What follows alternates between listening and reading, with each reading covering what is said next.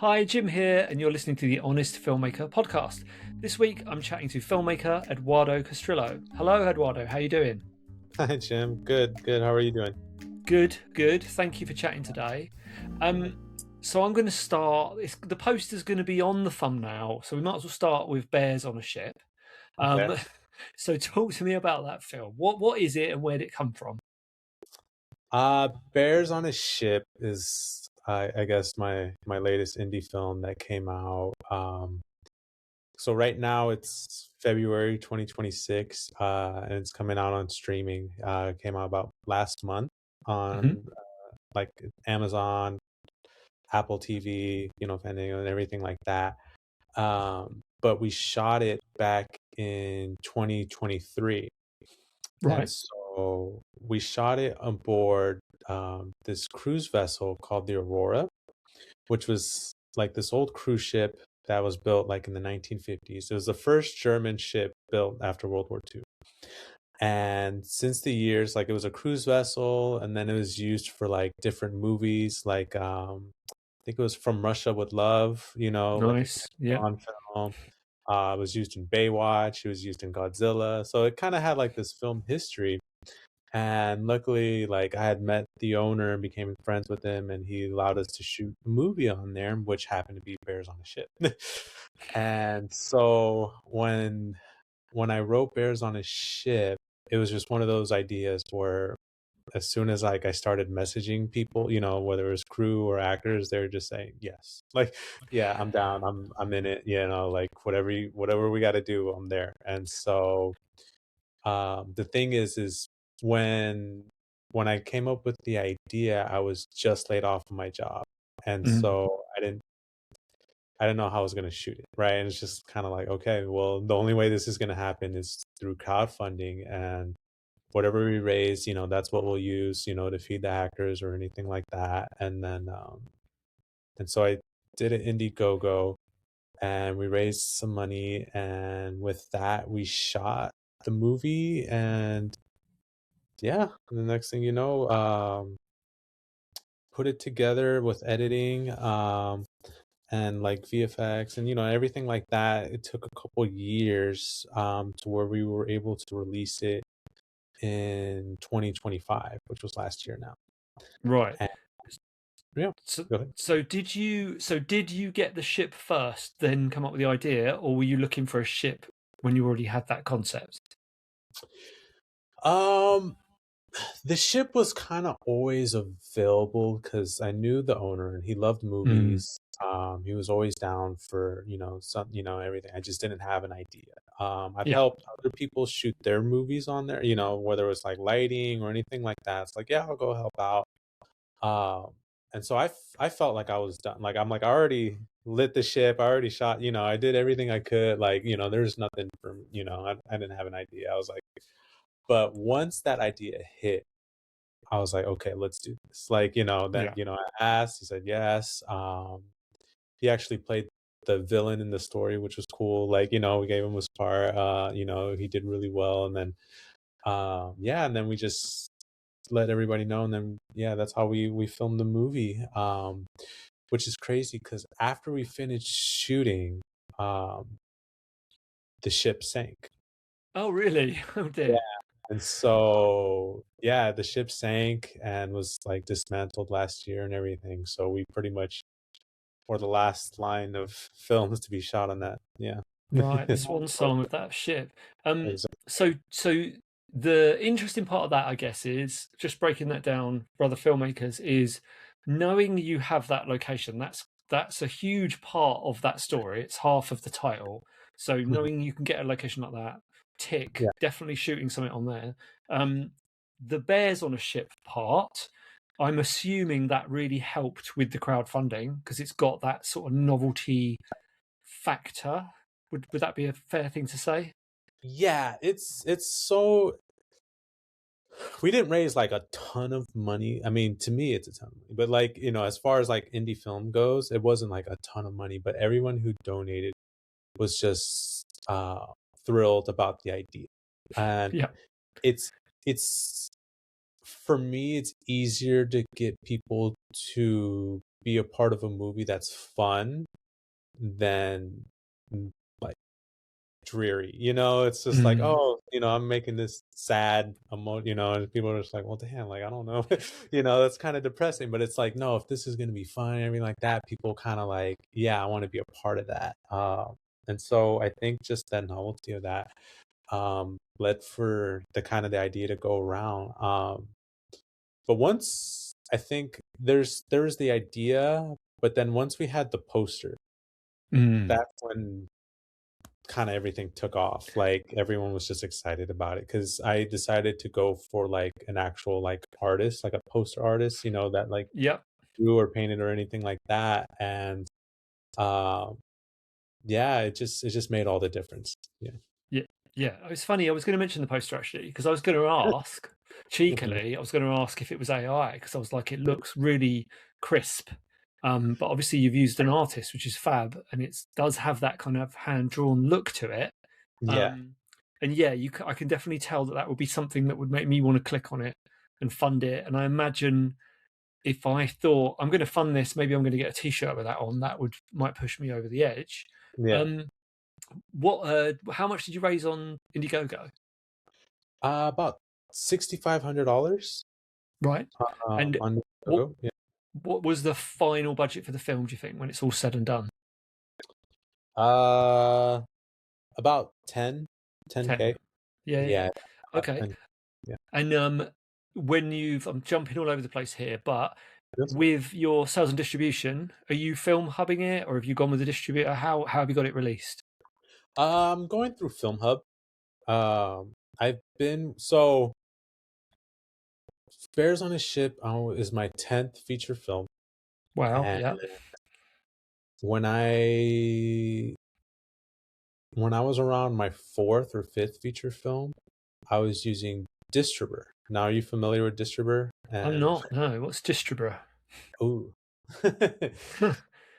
oof. All right, I'm about to tell you a painful, painful story. So, Distributor was an aggregator that came out, like maybe 10 years ago. And it got really big through a podcast called Indie Film Hustle. I don't know if Right. you're Have familiar. heard of that. Yeah. So Indie Film Hustle was like their big champion and everything like that. Uh and so that's where I learned it from. And it was like big, it was like an aggregator, it's like, oh, you pay this much money and you get on the platforms and then you get to see it was basically like Film Hub before Film Hub, right? But you get to choose which platforms you had. Hmm. Now, what happened with Distributor is somewhere along the lines, they stopped paying people. And then, like a month or two after that, they declared bankruptcy and no one got any of their, money or anything Mm. like that. It Mm. became the whole thing. Uh, that like a lot of the like film groups and stuff like that, they started with oh, distribute, everyone was trying to figure out what was going on. And then from there, that's where the whole split happened, where some people, this was like 2017, like 2018 around that time, right? There's people who from distributor went to like Film Hub, which was still new. It was still like almost brand new, I think it came out 2016, and so I jumped on 2017. And Indie Rights.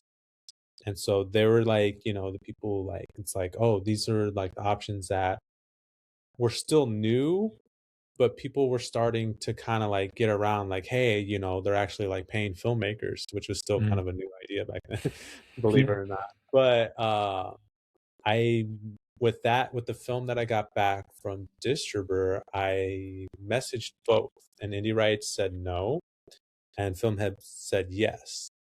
And since then, I've been with Film Hub for, I want to say, maybe about 5 films now. Yeah. And they've always pulled through, still get a royalty check every month, and everything like that. And they've had a lot of changes. Hmm. uh, but the fact is it's kind of they stood by me during that kind of heartbreak of a career moment. And so Yeah. it's kind of like, well, just keep Keep on going with them. on going. I mean, yeah. And So as someone who's been on that platform for a while, has got a few films on there, are you on the paid plan or are you on the free plan? I'm on the free plan. Again, because I'm just a one, I'm one filmmaker. I'm not a Mm, distributor. I know there's people who put out multiple films a year, where a paid plan kind of makes sense for them.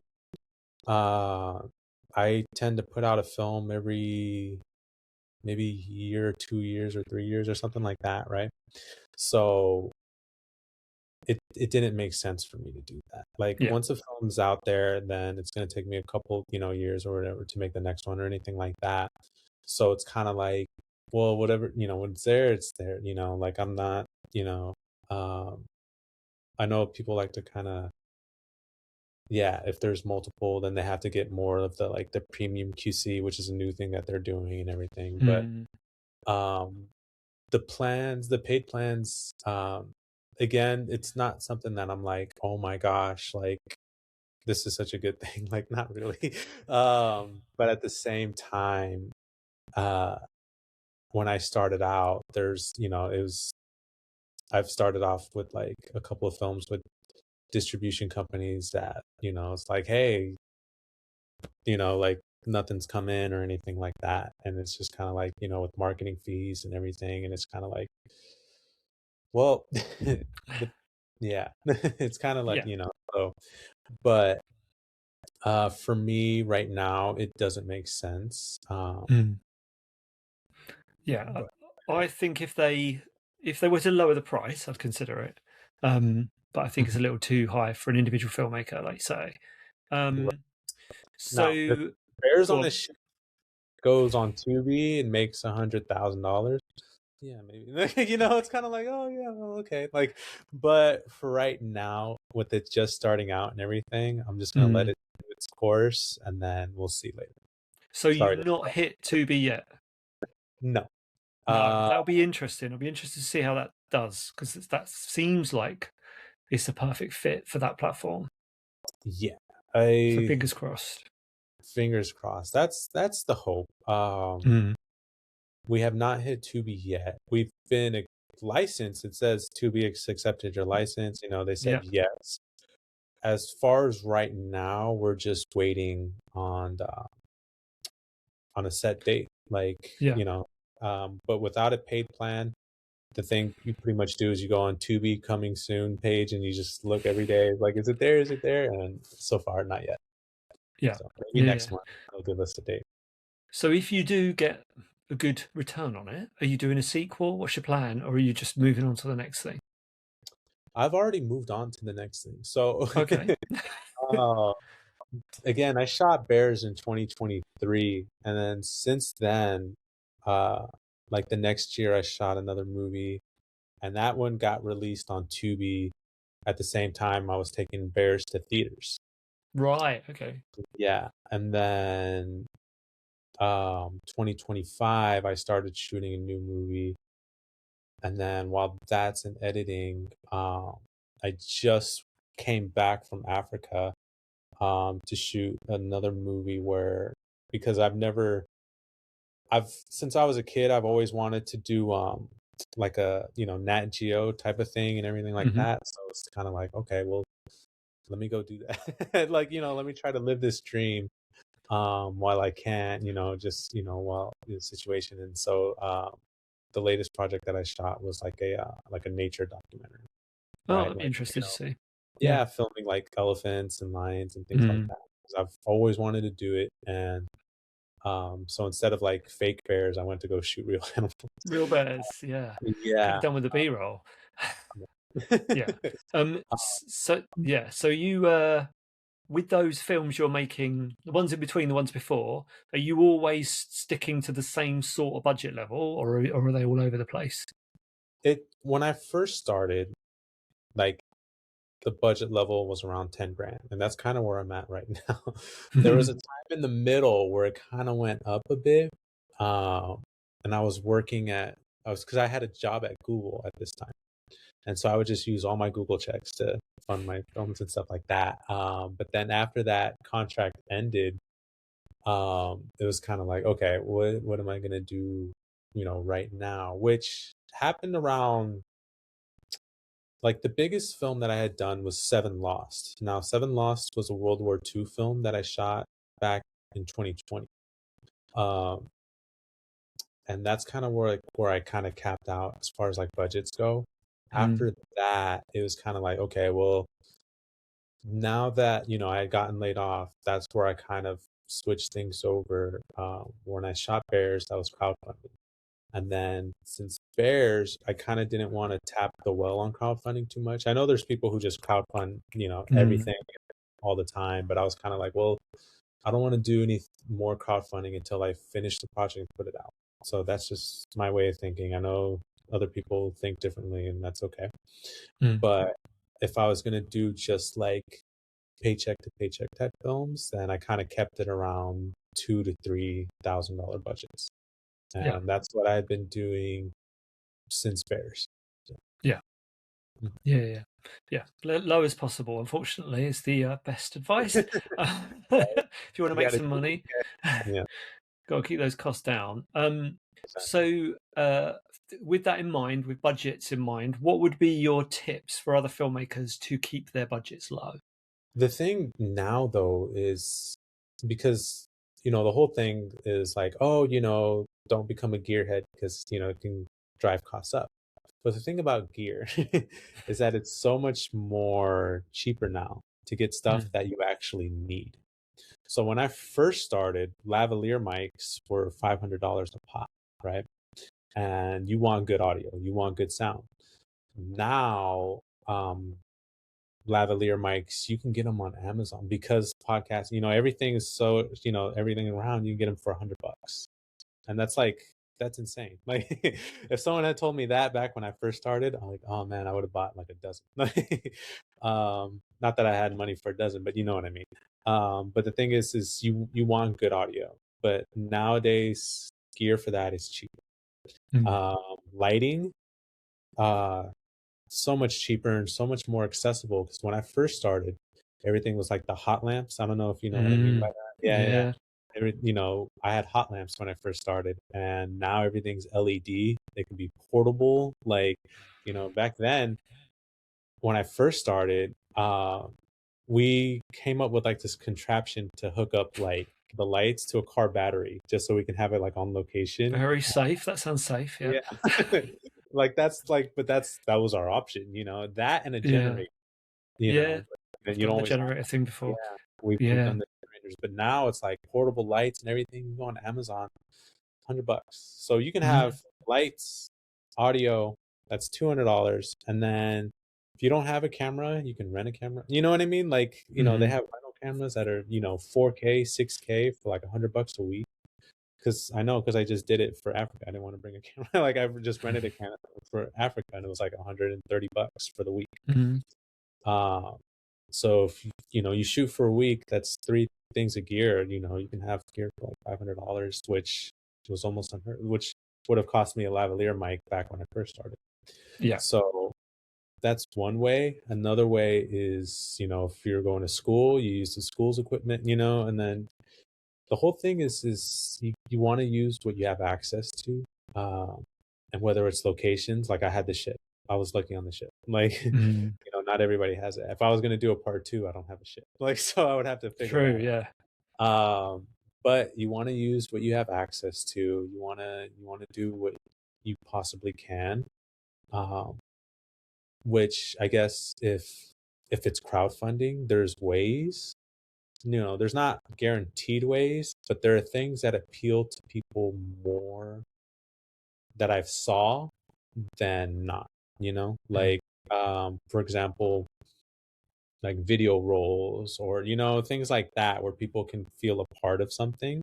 mm. They're more inclined to kind of like help you or be a Yeah. part of the movie. Yeah.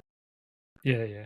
Mhm. Yeah. That the equipment thing blows my mind when I think back to the the first three films I shot were on film.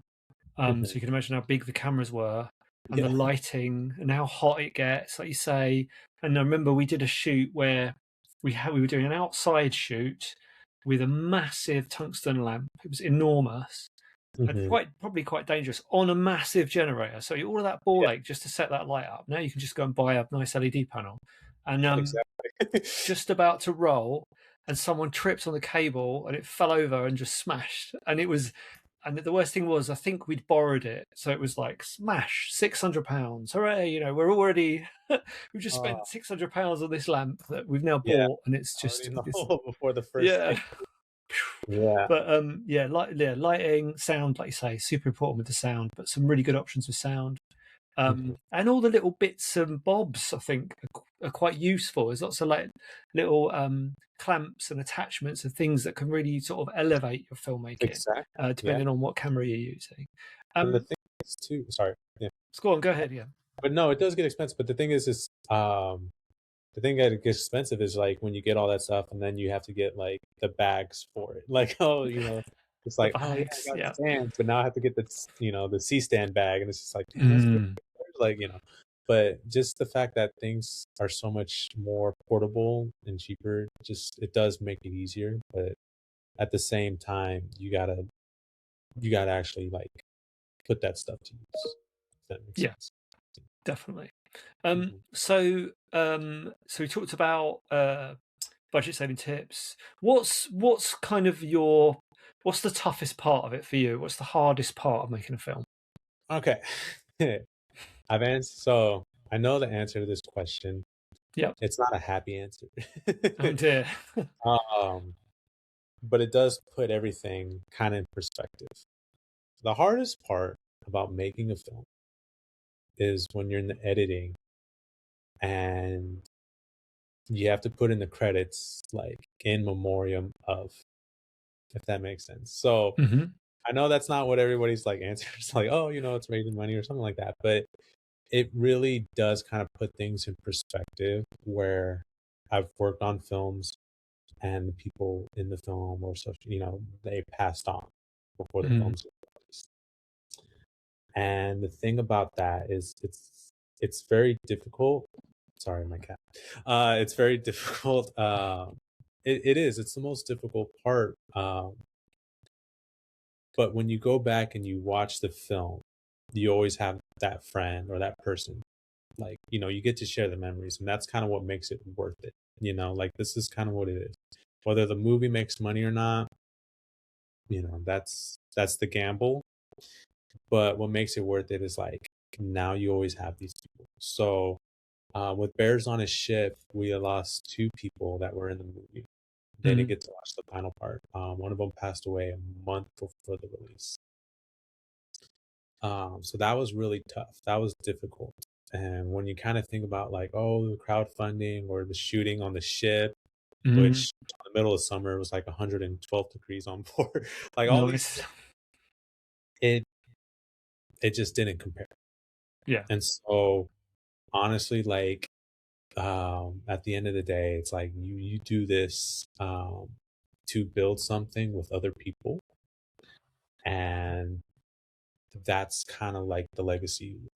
Like that's the Yeah. that's what you're leaving, and everything like that, and that's what you get to enjoy. Yeah. Uh, Absolutely.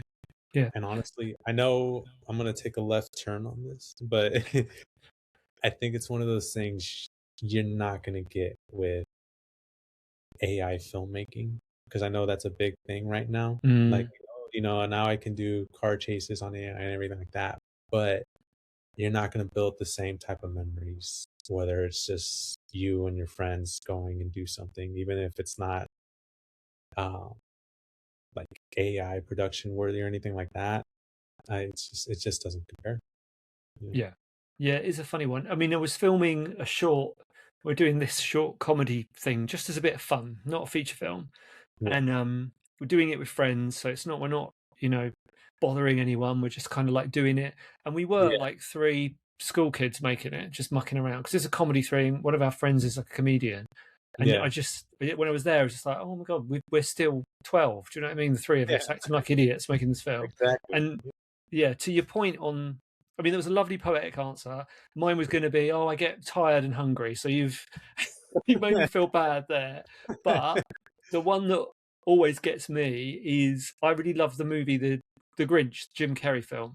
I Yeah. don't know if you remember, but that ends with a dedication to Ron Howard's mum, and it comes up at the very end of the film. Everyone's all happy, and it says something like, I wish I could remember her name. It's to Ron Howard's mum, who loved Right. Christmas the most, and it's a real like, oh, that's Oh that. man, like You know what I mean? That's a yeah, way to end a film, right. especially a sentimental movie. Yeah. So the film's come out. And as a fellow filmmaker, the worst part for me of that process is then trying to get people to watch it. Is spreading the word. Watch my film. Watch my film. Mhm. How do you handle promotion? Any tips? Anything that you've done in the past that's worked for you?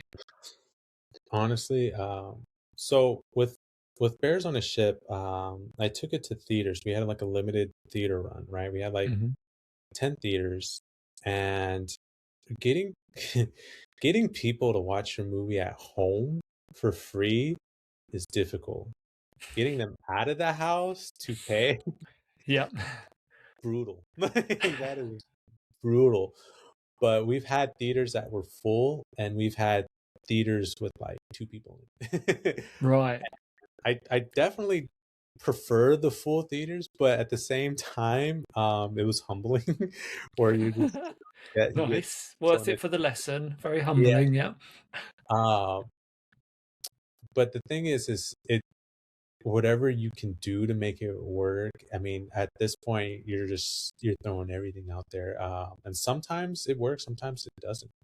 Uh, everything from like putting it on IMDb, and it's like, okay, if it's gonna release, then you put it on the release calendar, and people look at the release calendar, and Mm, then if they see a title that's like interesting to them, they're gonna check it out. So IMDb is a great tool, and then I tried doing Facebook ads, and I have no idea if that worked or not. Like, there's just no yeah. like social media. I don't know, but I mean, we did have a couple of people who said they came to the theater because of the newspaper. We had an article featured in the newspaper, Hmm. and IMDb was like another one.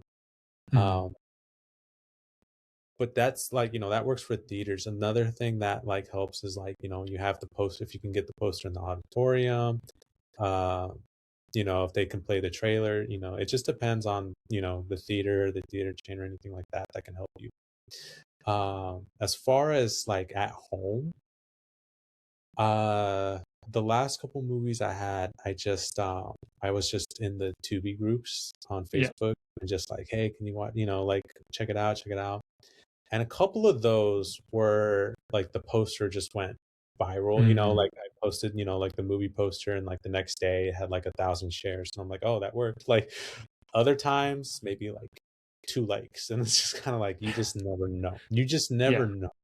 know. But the fact that you never know means you have to try everything and anything. Mm, Anything short of, I guess, if you're the kind of person that goes around and knocks on their doors on every neighborhood, I mean, hey, that works. you try I'm a it. little shy about that, but yeah, you try to do as much as you can, and then sometimes, honestly, I've had a film where I did nothing, and Mm, then all of a sudden it's like, oh wow, how did that happen? Like, where did all these views come? And then mm. you just, I don't know. Yeah, Yeah, that's a it's tough one.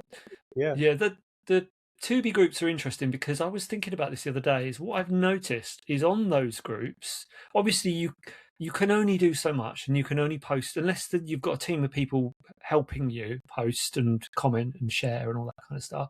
You can only Which do you so almost much. never Yeah, yeah. which you almost Um, never will, but that's okay. Almost never have anyone else apart from yourself talking about the film. Mhm. Obviously, you can utilize your cast and crew a bit, but they're all going to move on to the next thing Mhm. while you're sort of Honestly, selling your most of the time wares. it's me and my mom. You and your mum, yeah, it's me and my wife usually. Um, but what I was going to say about the Tubi groups, what I've noticed is that most of those groups there is a person. It's not always the admin, but it might be the admin. But there's a person that everyone sort of listens to. There's somebody who posts really regularly and is really active on those groups. And I think if you can get that person behind your film, Mhm. I think you stand a good chance of it sort of going viral within that group. And I also wonder if there's power in sticking to one group, because there's loads of groups, and some of them you post on. I'll put a poster up and I'll see the next post will be someone talking about their gutters or something. Do you know what I mean? The group has just evolved into just like a forum. Yeah, So that finding the right group is tricky. really is. So last question I was going to ask you was, what do you, looking back now on all those movies you've made, what do you wish you'd known when you started? I wish I would have known about distributor, but like, that kind of just imploded on itself. I do wish I could have known about the distributor before that had happened. But again, with that happened, I mean, you get the scar and you learn from it, and then you know, I'm not sure if because the world's a completely different place. Yeah. Film Hub wasn't around when I had started. That didn't come out to my fifth feature film. You know, so it's kind of like, hey, you did what you can, and then back then even my fourth feature film I had on Amazon when Amazon was Mm. like the big thing. Like, oh, everyone's going to Amazon Prime. And it went from 16 cents an hour paying to 1 cent. And I Yeah. remember seeing the difference on that. It was just like, oh, we went from $300 last month to $11 this month. And it was just kind of Mm. like, yeah. But that, is, I think everything's just gonna change no matter what, whether it's for good or bad, the world's going to change. Yeah. Uh, and I think I would have been more accepting that my first film was not going to take me to Hollywood. We all have that dream, like, oh yeah, this is going to be the one. Like, no, it's not, but that's okay. Like, Yeah. yeah, I think just knowing that, even if you're doing small things or big things or anything like that, if you're just doing it for the right reasons, you're going to be happy. I hope that was useful. If you're interested in learning more about micro and low budget film production, I suggest you check out How to Make an Indie Feature for $10,000 with Sean and Taylor King. They've pretty much got their own little production company and studio set up and make a film every year, get them out there and actually make profit on them. So it's a really interesting chat. See you on the next one.